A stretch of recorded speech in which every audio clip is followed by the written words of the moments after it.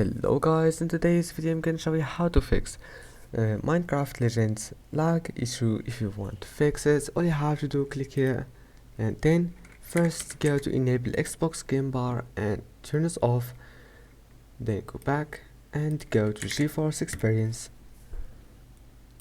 go to drivers, make sure to install the latest update for your graphics card, then go to settings, scroll down and enable image scaling, and then just close it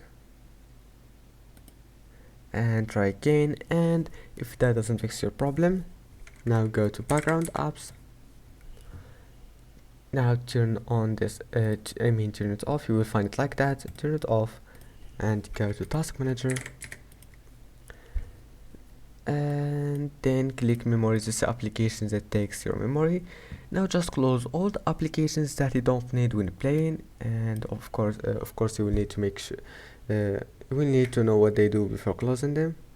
And then go to view advanced system settings, go to settings, adjust for best performance, click apply and OK, and you can change it, you can make it for best appearance whenever you want. And now just click OK and close it, and your problem must be fixed. I hope that can help you. Don't forget to like and subscribe, and see you in the next video.